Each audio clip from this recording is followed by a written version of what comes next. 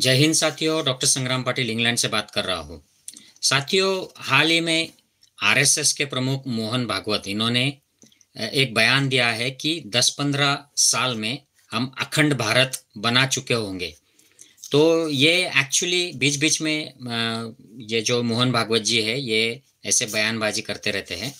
जब देश किसी दिशा में जा रहा होता है, देश में महंगाई बढ़ रही होती है या सरकार की नाकामयाबी दिखती है, तो आरएसएस की तरफ से ऐसे इस तरीके के वक्तव्य आते हैं लोगों को गुमराह करने के लिए।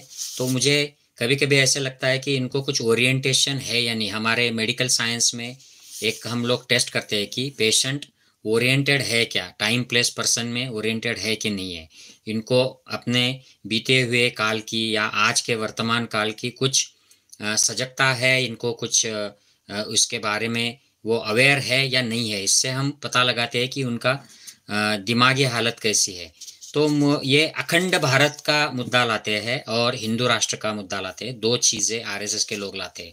तो इसके बारे में मैंने सोचा कि चलो कुछ थोड़ा सा इतिहास में जाके देखते हैं कि ये अखंड भारत क्या चीज़ है, ये कभी हुआ करता था क्या, और अगर एग्जिस्ट करता था तो वो किस फॉर्म में था। भारत नाम जो है ये कैसे आया, और हिंदू, जिसको हिंदू राष्ट्र बनाने की जो बात होती है, ये हिंदू वर्ड कहाँ से आया, और आज के एक्चुअल ज़मीनी हालात क्या है। और ये जो रट लगाए बैठे हुए कि हम हिंदू राष्ट्र बनाएंगे, अखंड देश बनाएंगे, अखंड भारत बनाएंगे। देश तो अखंड है, थोड़ा सा नॉर्थ में वो कश्मीर का प्रॉब्लम है, अदरवाइज देश अखंड है। लेकिन ये अखंड भारत की जो बात करते हैं, तो इसके बारे में एक्चुअल ज़मीनी हालात क्या है, और ये लोग क्यों ये बात हमेशा छेड़ते रहते हैं अखंड भारत और हिंदू राष्ट्र की। तो सबसे पहले हमें ये बात ध्यान में लेनी चाहिए कि ये जो हिंदू वर्ड है इसके बारे में थोड़ा पता करते हैं। पहले हिंदू वर्ड जो है ये सबसे पुरानी जो बात है, ये सिंधु नदियाँ जो है, अब पाकिस्तान और कश्मीर को लेकर थोड़ा सा पंजाब जो प्रांत है वहाँ पर ये सिंधु और उसकी 7 उपनदियाँ हुआ करती थी, उसको सप्त सिंधु भी कहा करते थे। तो ये सिंधु, अरब जो लोग हैं, पारसी जो लोग हैं, उस भाषा में इनको सिंधु बोलने से प्रॉब्लम होती थी, वो हिंदू बोलते थे। सप्त सिंधु को हप्त हिंदू कहा करते थे। तो सिंधु के आजू बाजू में तट पर रहने वाली जो संस्कृति है उसे सिंधु संस्कृति, और अरबी लोगों के भाषा में कहे तो हिंदू संस्कृति। तो उस एरिया को सिर्फ हिंदू कहा जाता था, हिंदू एरिया, हिंदू संस्कृति। और फिर उन लोगों को हिंदू कहा जाता था, कुछ लिमिटेड एरिया में जो लोग हैं उनको। तो इसका अर्थ ये कोई धर्म नहीं हुआ करता था, ये सिर्फ बाहर के लोगों ने दी गई एक नाम था। इसी को ग्रीक, रोमन और जो यूरोपियन लैंग्वेजेस है, ये सिंधु को इंडस रीजन कहा करते थे, और इंडस रीजन की वजह से इस एरिया को वो इंडिया कहा करते थे। तो ये अंग्रेज़ों ने इंडिया सारे दुनिया में ये फैलाया, और बाद में फिर ये कंट्री को भी मिला, उसके बारे में मैं एंड में बताऊंगा। तो अगर आप, ये हिंदू की ये हिस्ट्री हो गई, ये कोई रिलीजन नहीं था। बाद में फिर इंडिया के सारे लोगों को हिंदू ऐसा नाम दिया गया। जब मुगल शासक आए तो यहाँ के जो लोग हैं ये हिंदू है, ऐसा हुआ। और जो लोग कन्वर्ट हो गए वो मुसलमान हुए, क्रिश्चियन हुए। तो बचे हुए सारे लोगों को हिंदू नाम से जाना जाने लगा। ऐसा धर्म से कोई मतलब नहीं था।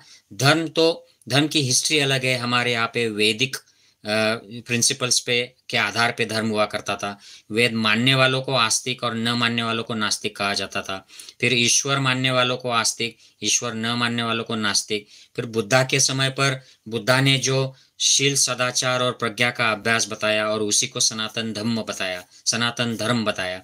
उसके जाने के बाद फिर वेदा और बुद्धा को मिक्स करके ब्राह्मणों ने अपना ब्राह्मण धर्म बनाया, और वही चल रहा था। चातुर्वर्ण के आधार पर ब्राह्मण धर्म चल रहा था। उसी वक्त पर ये मुस्लिम शासक आए, ब्रिटिश आए, और इन्होंने सारे लोगों को हिंदू कहना शुरू किया। तो ब्रिटिश काल में इन लोगों ने, जो ये हिंदुत्ववादी लोग हैं, ब्राह्मणवादी लोग हैं, इन्होंने सारे लोगों को हिंदू, इस धर्म को भी हिंदू मानना शुरू कर दिया और इसको प्रचलित भी किया। जैसे सावरकर ने प्रचलित किया, और काफ़ी सारे ब्राह्मणवादी जो ऑथर्स है इन्होंने इस वर्ड को प्रचलित किया। तो ये ऐसी हिस्ट्री है, ये कोई एक हिंदू रिलीजन नहीं हुआ करता था, ये ओरिजिनली सिर्फ ब्राह्मण रिलीजन है, और भारत के लोगों को हिंदू ये नाम बाहर के शासकों ने दिया था। अब बात करते हैं कि भारत को हिंदुस्तान इसी की वजह से नाम आया, इसी की वजह से इंडिया नाम आया। तो ये भारत नाम कहाँ से आया, तो इसके बारे में अगर इतिहास को हम पढ़ते हैं तो इसके बारे में 3 प्रमुख सोर्सेस है जिससे भारत नाम मिलता है। पहला जो है ये ऋग्वेद, जो सबसे पुराना वेद माना जाता है, उसमें ऋषभ राजा का पुत्र था, उसका नाम भारत था। बाद में ये ऋषभ राजा को जैन तीर्थंकर पहले जैन तीर्थंकर माने गए, तो उनके पुत्र का नाम भारत आता है।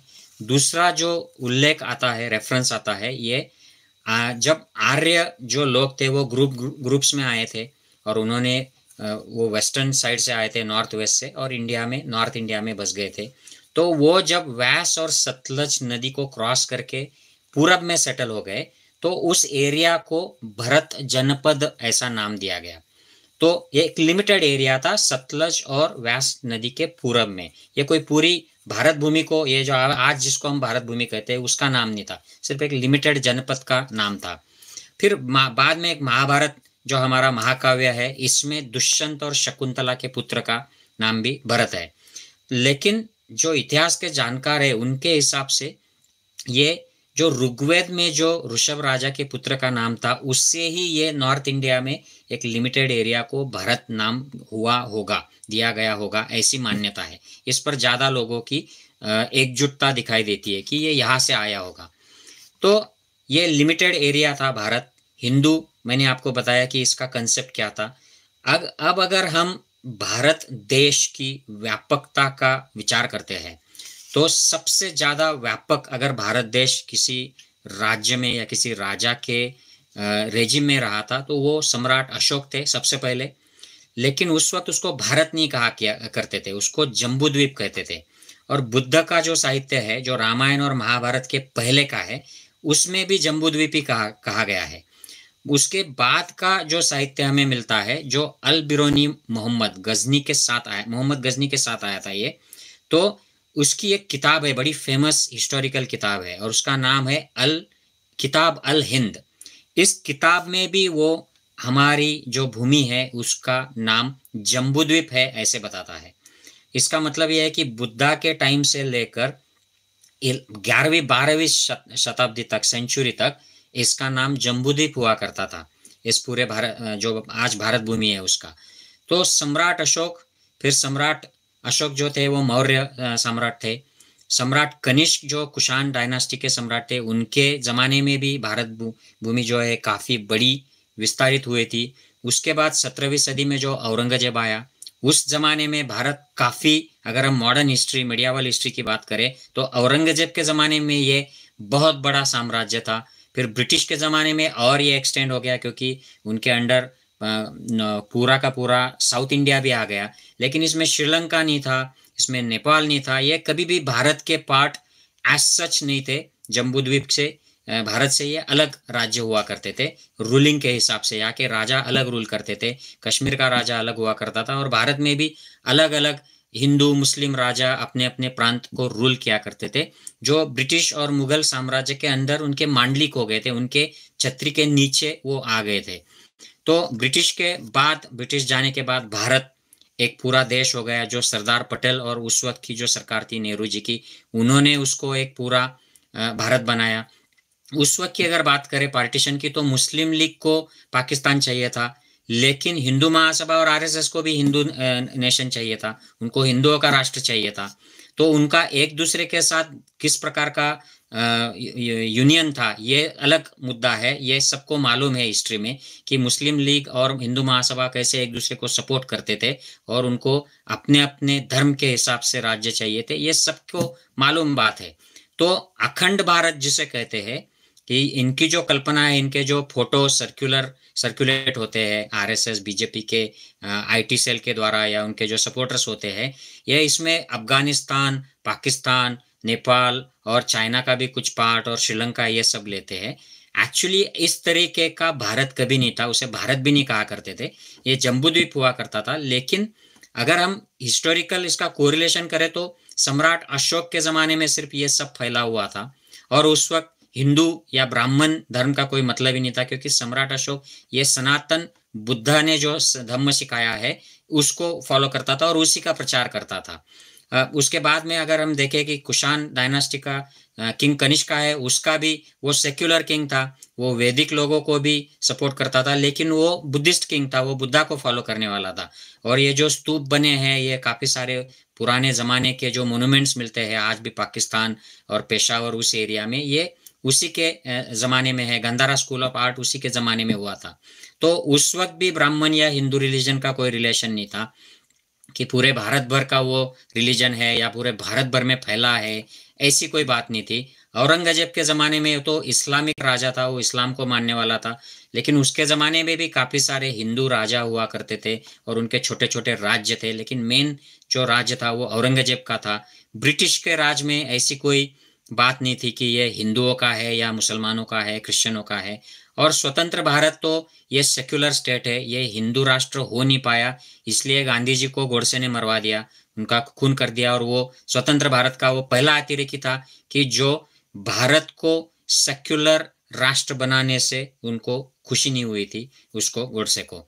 और उस वक्त गोडसे की विचारधारा के जो लोग थे ये पाकिस्तान के सपोर्ट में थे, मुस्लिम लीग को अलग बनाने के, अलग पाकिस्तान बनाने के सपोर्ट में थे। यही हमारे पास सबूत है सारे।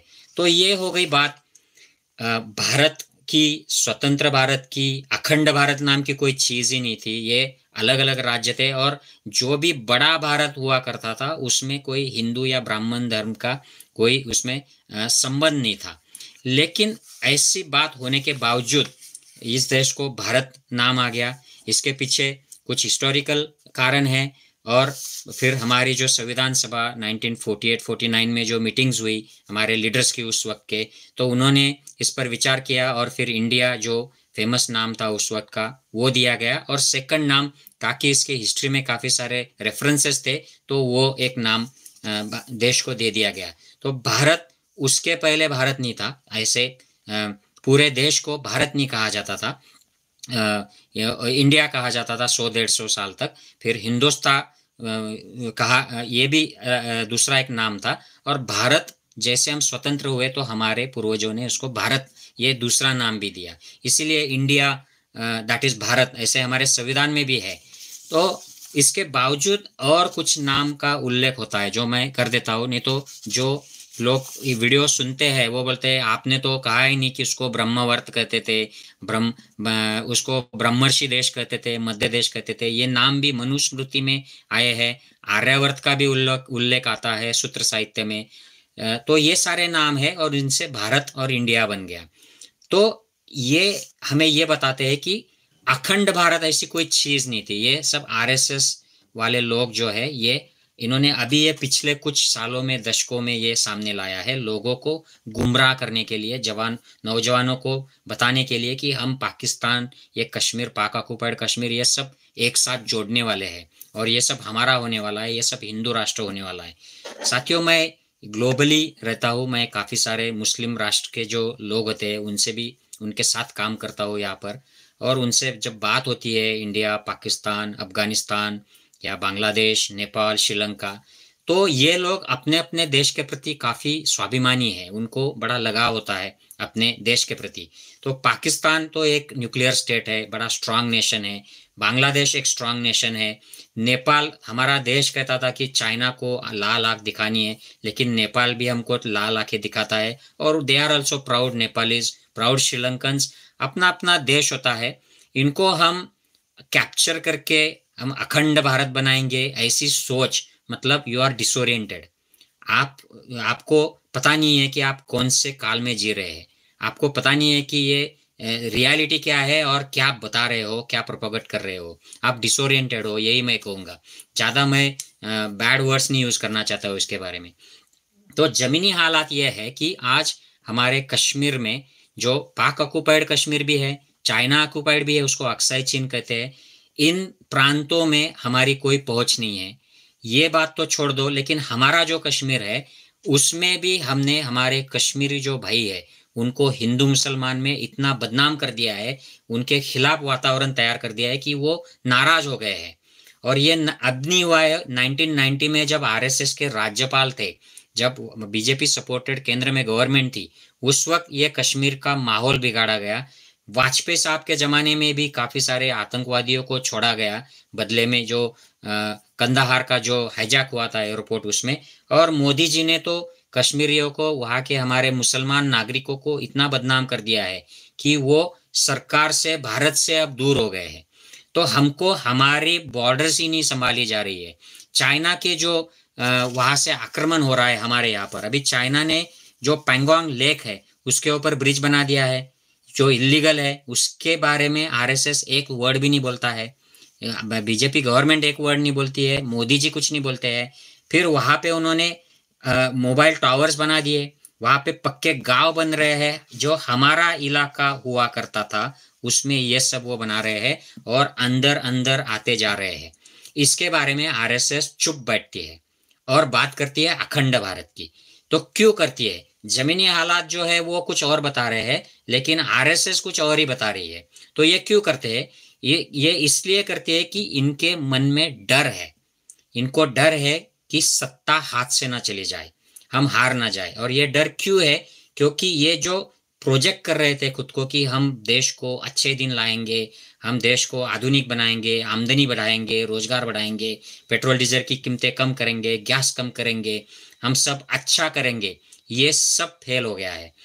इन्होंने अपने जो दोस्त है इंडस्ट्रियलिस्ट, उनको सरकार की प्रॉपर्टीज, कंपनीज जो फायदे में थी वो भी बेच दी है, सारे राइट्स ये बेच रहे हैं।